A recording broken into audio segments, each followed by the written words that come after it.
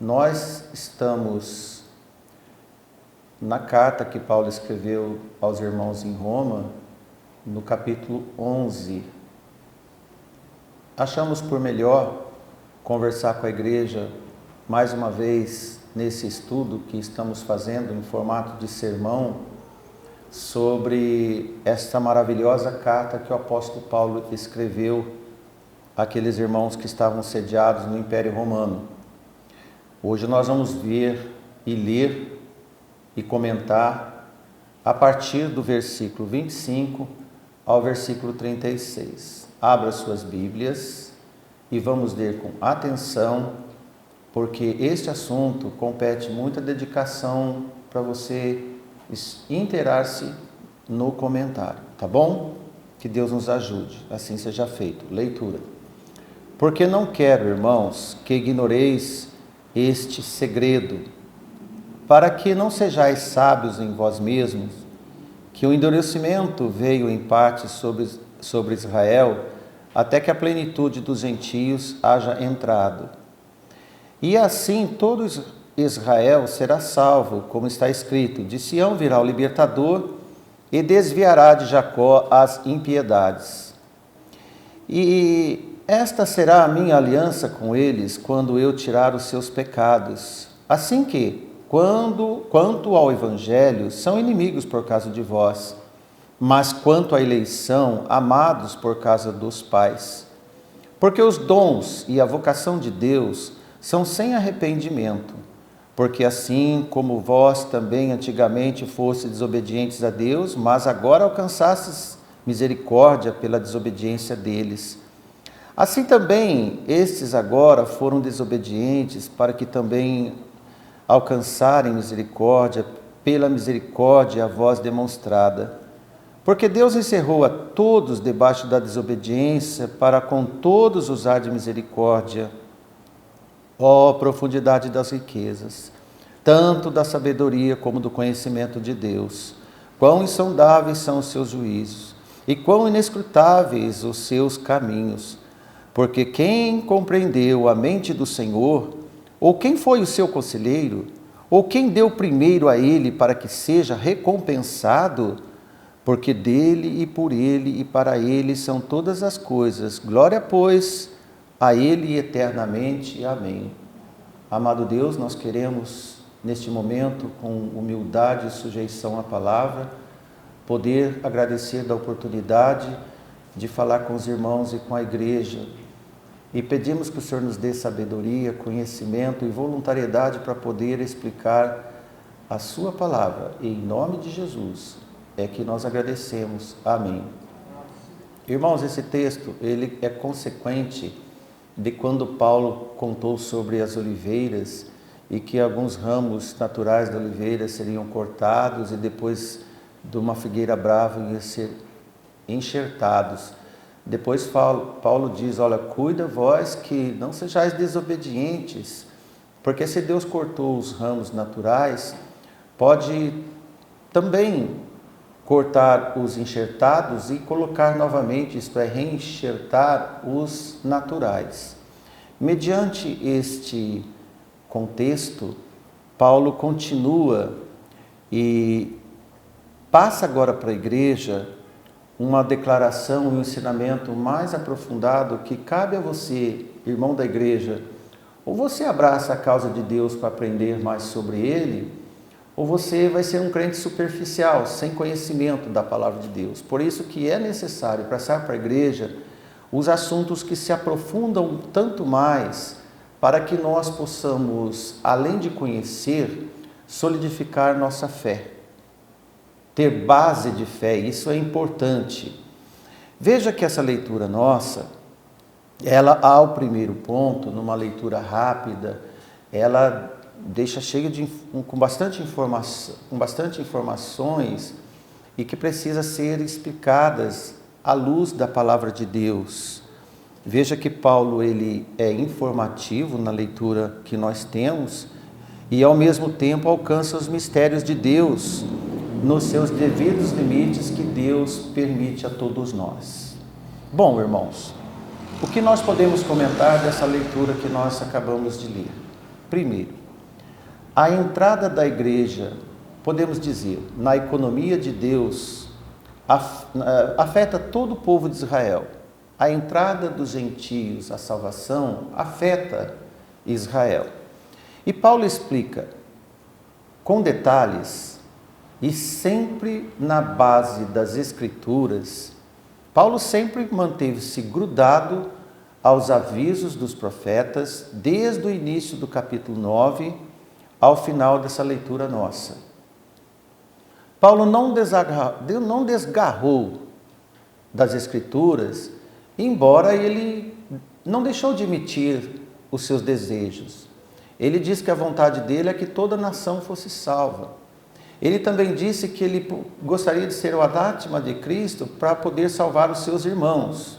Isto é a expressão de desejo de Paulo, mas a sua vontade é uma, mas o que está escrito pode até entender que coincide com o que Paulo explicou para os irmãos, baseado já no que ele conhecia da palavra de Deus.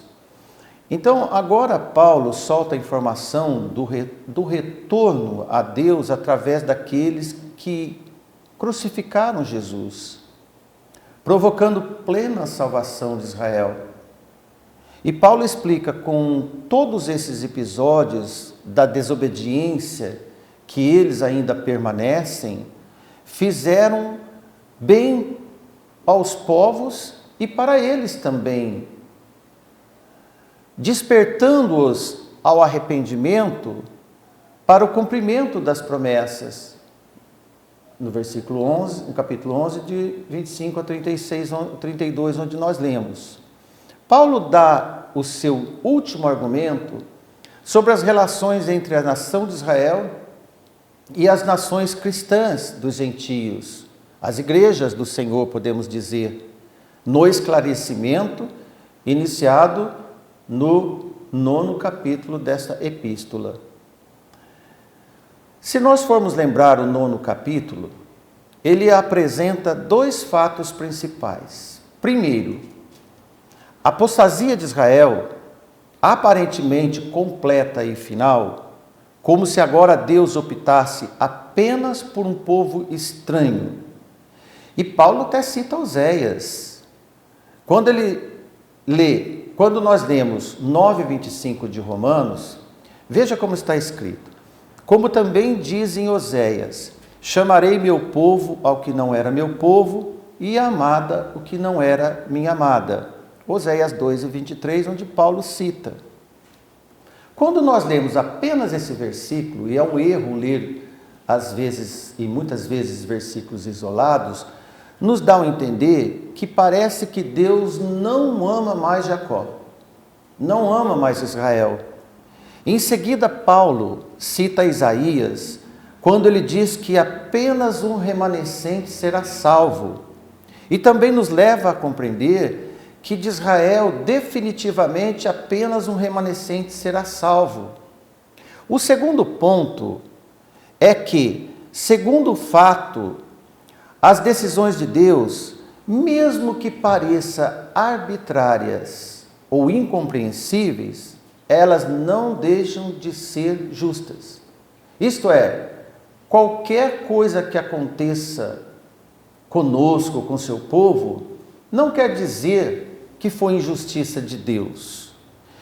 Porque Paulo diz em Romanos 9:14, que diremos, pois, a injustiça da parte de Deus? De maneira nenhuma. É oportuno até contar isso para os irmãos, porque o que tem de gente criticando, porque Deus não vê essas coisas, porque Deus não conserta, porque muitas coisas injustas acontecem, onde está Deus? Então, podemos dizer, essa ladainha de culpar Deus é natural do ser humano em pecado e de falta de entendimento dos propósitos de Deus e até por consequência das próprias atitudes dos homens. Veja que, quando nós saímos do 9 e vamos para o 10º capítulo, Paulo mostra que as decisões de Deus não são de fato autoritárias em nenhum momento. Apesar do zelo que eles tinham, e Paulo escreve que eles eram zelosos, porém, sem entendimento, eles não compreendiam a salvação por Jesus, nesta ignorância de boa vontade, podemos dizer, não falta entre as pessoas. Encontraram razões fortes para as reações desobedientes. Porque guarde sempre, toda ignorância, ela vai trazer reações desobedientes. Por isso que nós não podemos ser ignorantes a respeito da voz de Deus, da palavra de Deus. E ocorre que, partindo do íntimo dos próprios homens, ainda que seja de boa vontade, não deixa de ser desobediência. O zelo desobediente de Jacó aconteceu. E o menosprezo de Esaú também aconteceu. Embora no capítulo 9, nós lemos que Deus amou Jacó e desprezou Esaú. Mas os fatos é que, antes de Deus desprezar, Esaú teve problemas sérios. Veja em Gênesis 25 e 32.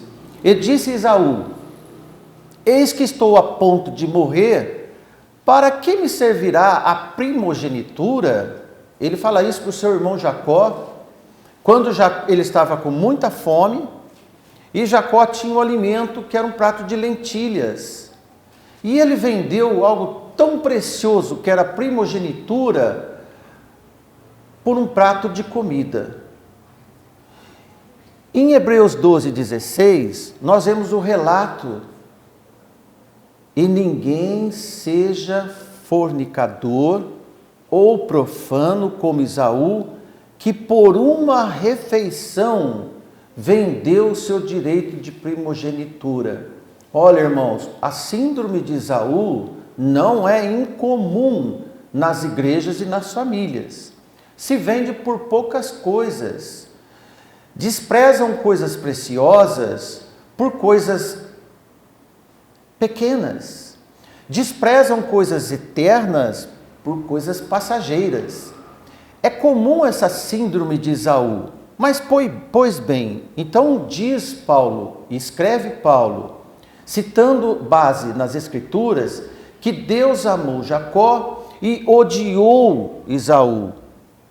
Da forma que Esaú fez uma confissão do seu desprezo. Guarda essa palavra. Deus não gosta de forma alguma de desprezo. Nunca despreze a voz do Senhor. Esaú fez isso. Ele desprezou algo que Deus deu muito gratuito de nascença a ele, a sua primogenitura. Porque Deus requer de cada um a crença e a fé de uma boa vontade através de uma confissão pública e sincera de todo o coração. Veja bem, o menosprezo a Deus sempre vai circular abaixo da linha de uma desobediência cega. Nós vemos que Jacó teve desobediência cega e Esaú teve um menosprezo claro de Deus e público. Em Romanos 10:10, que é o capítulo que agora nós estamos fazendo uma rápida passagem por ele, diz: visto que com o coração se crê para a justiça e com a boca se faz confissão para a salvação. Nós não podemos ficar escondidos e nem mudos em relação ao que nós somos e a fé que nós temos.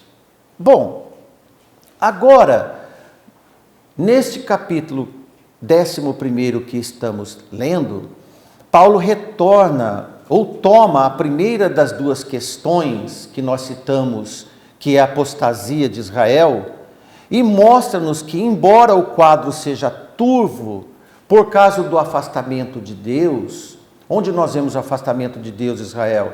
Olha, nós vemos Acabe, nós vemos todos aqueles reis que se afastaram, foram buscar os Balaíns, Baals, cultos estranhos, e Deus observando. Deus mandava os profetas e eles desobedeciam.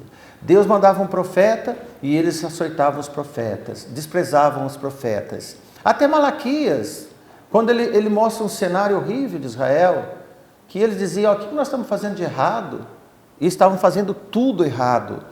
Embora, irmãos, o quadro deles era muito complicado, nesses tropeços históricos mencionados, não em detalhes, mas em circunstâncias por Paulo, ainda não é desesperador para os judeus.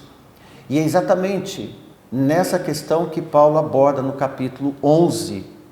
Deus não rejeitou Israel para sempre, como nos dá uma observação míope no capítulo 9. Israel não estava completamente abandonado. Ainda que o profeta Elias, como nós lemos no início do capítulo 11, estava sentindo-se completamente abandonado pela perseguição. E nós vemos que Deus havia reservado um remanescente durante toda aquela implacável perseguição de Acabe e Jezabel, matança de profetas. E Elias lamenta. Assim sendo, o cume da apostasia de Israel estava acontecendo. Não é nem completa e nem final. E Paulo mostra através das seguintes razões. Primeiro, logo na igreja do início do primeiro século, havia muitos irmãos israelitas, judeus, nas igrejas. Pela graça, convertidos em Jesus, o Salvador, e que mostra para nós que a graça de Deus avançou sobre eles, e ainda como pequeno número, como tal um remanescente também. Deus não abandonou o seu povo. Vemos que nas igrejas do primeiro século não faltavam irmãos judeus, como nós vemos nas cartas apostólicas.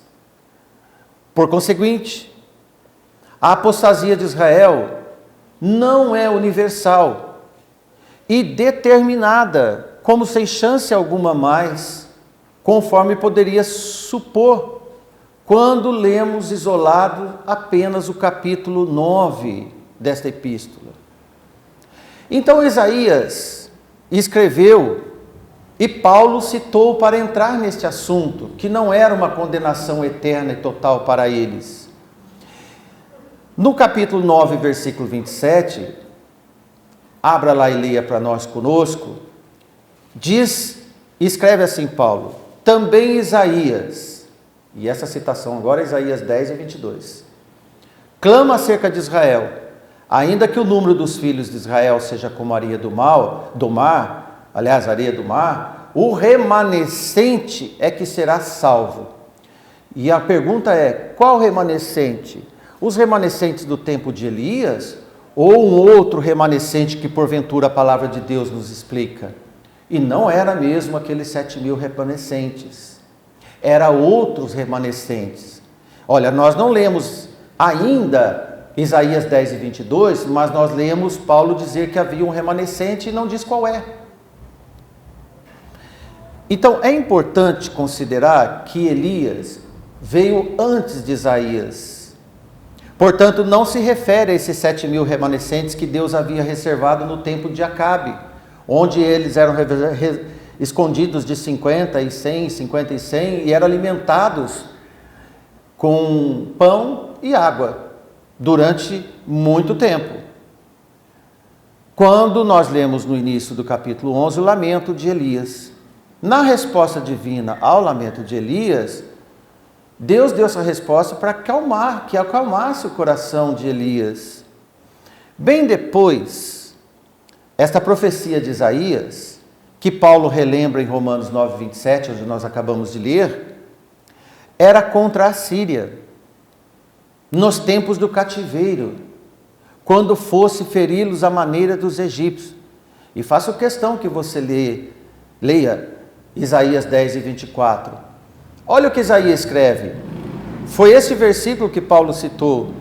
Por isso assim diz o Senhor Deus dos exércitos: povo meu, que habitas em Sião, não temas a Assíria. Não temas a Acabe, não temas a Assíria, quando te ferir com vara e contra ti levantar o seu cajado à maneira dos egípcios. Olha, agora o inimigo era externo, como foi a maneira dos egípcios. Não era o inimigo interno, interno porque o próprio rei voltou-se contra o Senhor. Agora, irmãos, a apostasia de Israel continuava a todo vapor, tanto com inimigos internos quanto inimigos externos, e não apresentou nenhuma surpresa para Deus todos esses fatos.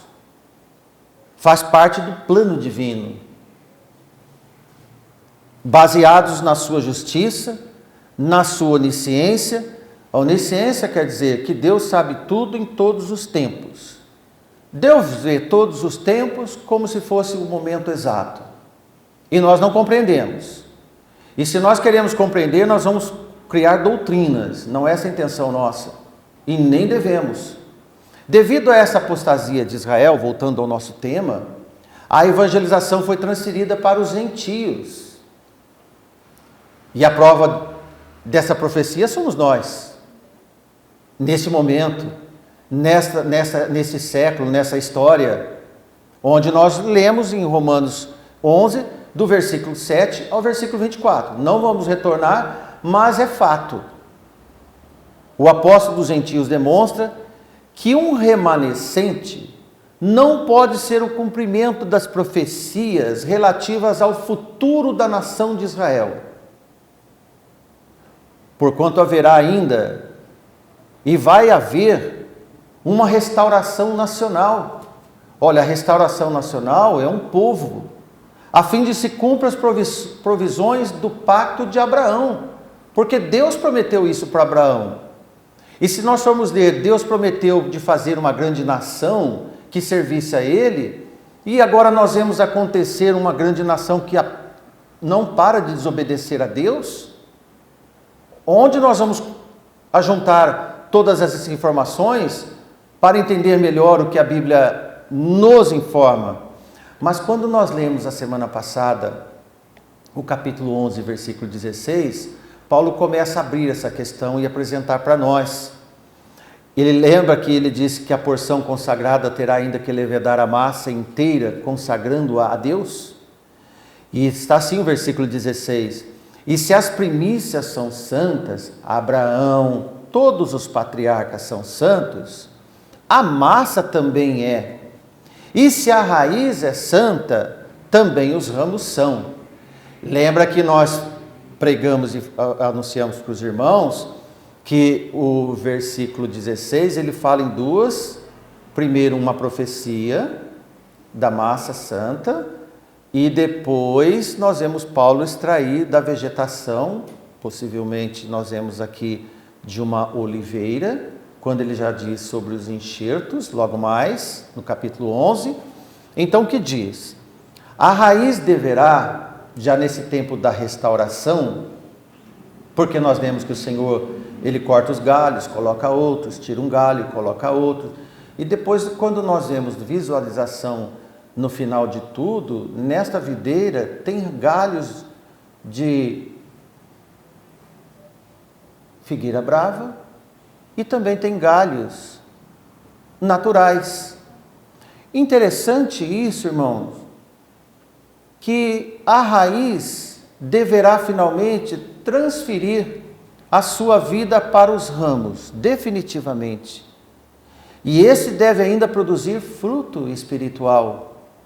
Na oportunidade do estudo dos nossos primeiros 24 versículos do capítulo 11, verificamos o estudo sobre a lição das oliveiras, onde nesta oliveira haverá ramos naturais e ramos da figueira brava sendo alimentados da mesma seiva, isto é, do mesmo Senhor. E no versículo 25, Paulo escreve: porque não quero, irmãos, que ignoreis esse segredo, por isso que está esse segredo, para que não sejais sábios em vós mesmos, isso é tirar deduções precipitadas, que o endurecimento veio por parte sobre Israel, até que a plenitude dos gentios haja entrado. Lembre-se, nós estamos no tempo em que o Espírito Santo trabalha entre os gentios. Porque o fracasso de Israel não foi algo sem propósito útil. Tinha em mira a salvação de outros povos, como nós vemos vários profetas anunciarem. Então, a plenitude de Israel, a completa restauração e participação na salvação pessoal, será de modo muito maior, de maior poder no Espírito do Senhor, para o bem de todos os homens. Porque Paulo diz que os gentios também eram desobedientes. Os gentios conheceram o Senhor, como nós conhecemos Jesus, e os judeus agora vão conhecer Jesus também, do mesmo modo. Olha, irmãos, como Paulo escreve no início da carta, lá no capítulo 1, devido à natureza humana ser tão louca, ele diz que os homens ficaram loucos e mudaram a glória de Deus à semelhança de homem corrupto, e Paulo ainda emenda, e das aves, dos quadrúpedes, isto é, como animais irracionais, e nós vemos a população tornar como animal irracional, como bestas, mudaram a glória de Deus, corromperam tudo, ficaram irracionais, e o homem cada dia mais, conforme Paulo lamenta no início da sua carta. Agora veja, encontramos aqui o fracasso de todos os povos. Por que tanto os judeus quanto os gentios fracassaram para usar de misericórdia com todos? E versículo 32 é o que anuncia. Porque Deus encerrou todos debaixo da desobediência, para com todos usar de misericórdia. Irmãos, verdade é, os gentios eram caídos. E todos nós gentios éramos caídos. E os que ainda não aceitaram Jesus estão caídos. É ver o mundo como está. E os judeus tropeçaram. Judeus caídos, aliás, gentios caídos, os judeus tropeçaram e todos foram inundados da misericórdia de Deus. A misericórdia de Deus é o que nós temos. Amém? Agora, através da misericórdia de Deus, o efeito imediato da incredulidade dos judeus foi conferir a salvação dos gentios, ou abrir o caminho para a pregação do Evangelho para os povos, para que de fato valer a palavra do Messias, nosso Senhor Jesus Cristo, na sua primeira vinda. E Paulo diz em 10 e 11, porque a Escritura diz, todo aquele que nele crê não será confundido. Olha, irmãos, tanto os judeus quanto nós, todos vão ter que olhar para Cristo, para não se confundir em nada nesta vida. Os judeus na sua dureza da religião e os gentios no seu pecado natural. Impressionante é como Paulo faz questão de citar o profeta Isaías. E vejam novamente Isaías 26 e 16. Portanto, assim diz o Senhor Deus, eis que eu assentarei em Sião uma pedra já provada, pedra preciosa de esquina, que está bem firme e fundada, aquele que crer não se apressa. Olha, quando nós lemos o capítulo 10, versículo 11, Paulo estava citando o profeta Isaías. Bom, irmãos, com todos esses conhecimentos e informações que nós estamos tendo, foi patente o som para os comissionados de Jesus, os seus primeiros discípulos, que todos deveriam ir pregar para todas as nações. Foi por isso que o Evangelho chegou aqui a nós. Amém? E isto foi cumprido, e está sendo cumprido, para todas as criaturas, diz a palavra de Deus, sem acepção de pessoas. O que implica é que agora a pregação do Evangelho está ficando completa. Depois que a pregação ficar completa e todos tiverem oportunidade, só assim Jesus volta. Veja o que Marcos escreve em Marcos 16:16. Isto é dito de Jesus, formando a sua grande comissão: quem crer e for batizado será salvo, mas quem não crer será condenado. A nação de Israel vai ser dada a oportunidade, mas não que toda a nação vai crer em Jesus, apenas os que creem. Aos gentios vai ser dada a oportunidade, a todos os gentios. Não que todos os homens gentios do mundo vão se converter, mas todo aquele que crê vai, dentre os judeus e dentre os gentios. Irmãos, veja que esta pregação de efeito remoto que Paulo faz, seria garantir a pregação do Evangelho novamente aos judeus. Eles também deveriam crer no Messias. E afinal de contas, todo mundo precisa ouvir Jesus. Por que não os judeus? Através, novamente, da misericórdia de Deus, isto é, a compaixão, o sentimento dos gentios convertidos, através de uma profunda compaixão que devem sentir pelos judeus cegos e degradados. Eu vou fazer uma pergunta para você, responde você mesmo, meu irmão, tanto presencial quanto você que está nas redes.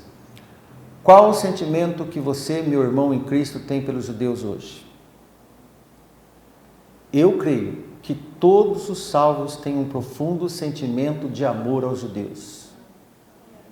Sabe quem não ama os judeus? Quem não está em Cristo. E você pode me dizer, mas isso é um contexto histórico? Não, é um contexto de Deus, para todas as nações. O mundo odeia os judeus. Nós vimos o Holocausto de Hitler, os assírios, Nabucodonosor. Hoje, as grandes potências, China e Rússia, todos esses países comunistas odeiam Israel. Sabe quem ama os judeus e vai pregar para eles? Os gentios convertidos no Senhor. Entende? E Paulo já estava anunciando. Então, se todo mundo odeia os judeus, os crentes em Jesus amam os judeus. Tem uma profunda compaixão por eles. Cada parte deve fazer com que a salvação chegue um ao outro. Agora você está entendendo? Nós conhecemos o Evangelho por causa da fraqueza deles. Porque eles não aceitaram o Evangelho, mas nós tivemos a oportunidade de aceitar. Os judeus aos gentios, pela incredulidade deles, nós alcançamos Jesus. E agora os gentios, por sua vez, a nossa fé, a nossa crença em Jesus, vai lhe provocar ao ciúme, como Paulo diz, a uma emulação, um despertamento espiritual para que eles também conheçam o Evangelho de Jesus, nosso Senhor. De forma, irmãos, que nós nunca podemos esquecer que a gênese da salvação saiu dentre eles, os judeus. De Sião veio a pedra fundamental, e nisto somos devedores para com eles. Não teríamos o exemplo de Abraão e tantos outros zelosos da fé de Deus, ainda que alguns deles na ignorância, como qualquer nação de outro mundo de todas as épocas nos ensinou tão bem. Porque as outras nações só nos fazem pecar, só nos fazem afastar de Deus. E Paulo escreve no versículo 26, e assim todo Israel será salvo. Como está escrito, de Sião virá o libertador e desviará Jacó das impiedades. O efeito de Jezabel, o efeito de Acabe, o efeito de todos aqueles outros reis profanadores vai cessar. E aí, irmãos, pode-se perguntar aqui, se não está chegando esse momento de fato dos gentios aquecerem seus esforços, do ide para levar os judeus ao conhecimento de Jesus, porque até agora esses esforços não tiveram êxito. Se você for pregar em Israel hoje, eles não vão te aceitar. Os rabinos não vão permitir pregar o Evangelho. Mas está chegando o tempo que as promessas de Deus serão cumpridas em relação a eles também.